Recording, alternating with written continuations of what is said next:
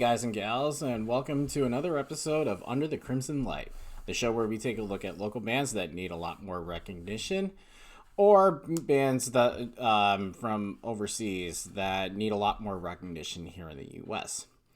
Like most of you, I find bands that I love through YouTube.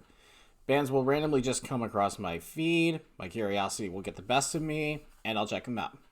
I've discovered a lot of bands that I've liked from doing this, such as Eternal Tears of Sorrow, Karak Angren, Camelot, and many more through this method. Today's band, Lemuria, was also founded through this method. I discovered them from the old channel Oabasi. Let's see how many people watching this video will remember that channel. And fell in love with them ever from the first listen all those years ago. So let's not waste any more time and discuss their history and why you should check them out. This is Lemuria. Lemuria is a symphonic black and folk metal band that was founded in Belgium, but under the name Spinechill at the time.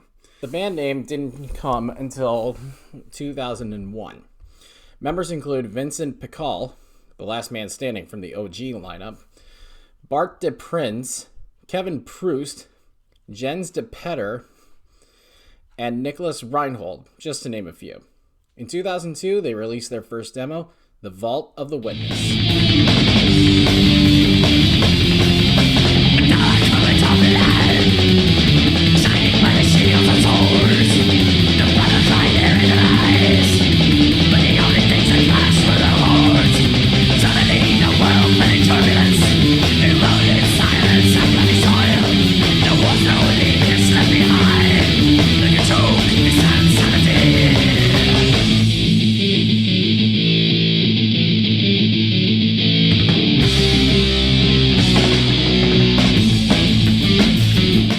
The demo definitely has that early black metal feel to it. Low quality that all the black metal purists and hipsters know and love. Yeah, I said it. Anyway, the demo was fine, but it wasn't exactly anything to write home about. Then in 2005, they put out the album whose title sounds like it should have came from Ailstorm, if I'm going to be completely honest. Tales, Ale, and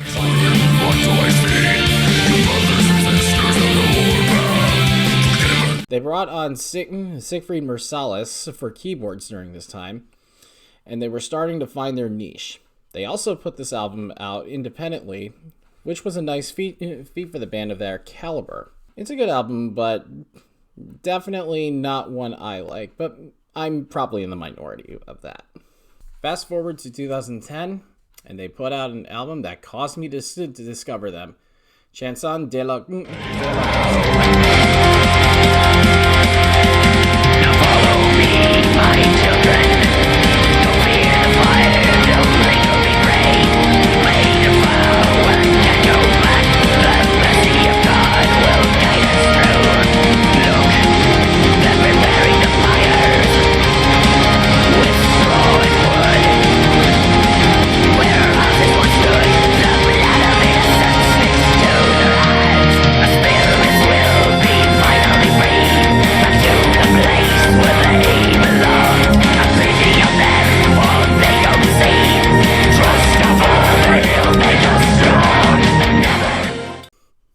Now, this still has that low quality sound that I mentioned earlier, but it was the keyboards that drew me in.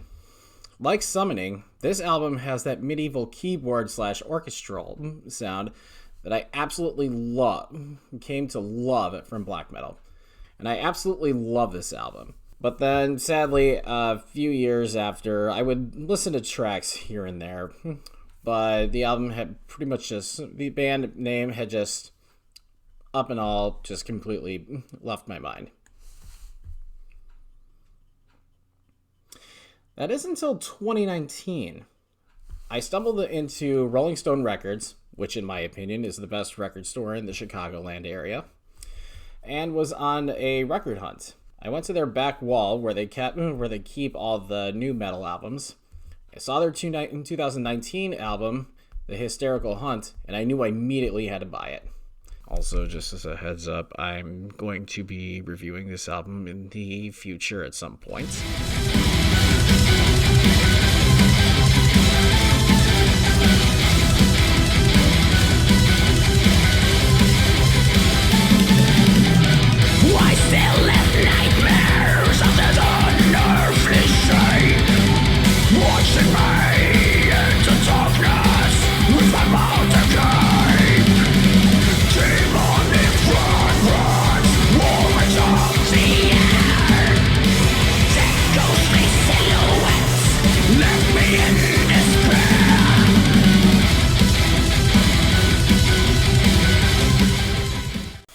This album was also their first one on their only record label to this day, Massacre Records, which probably explains how I was able to find it in the US in the first place.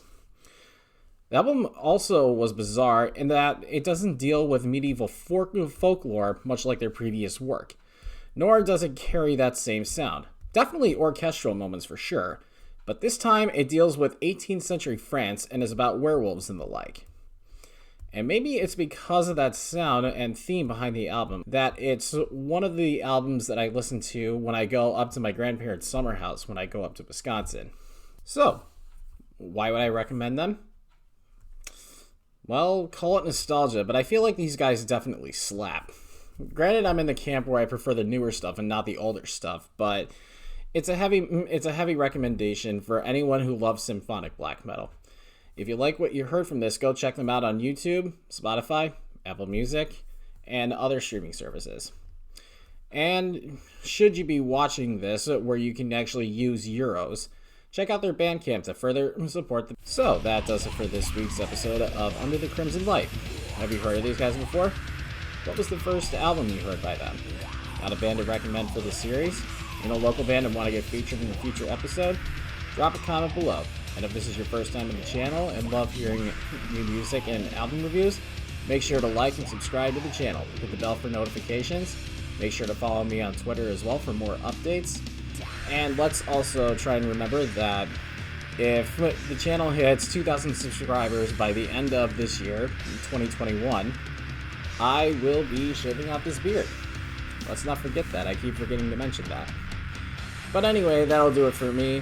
And I'll catch you guys in the next video. Later, Gators.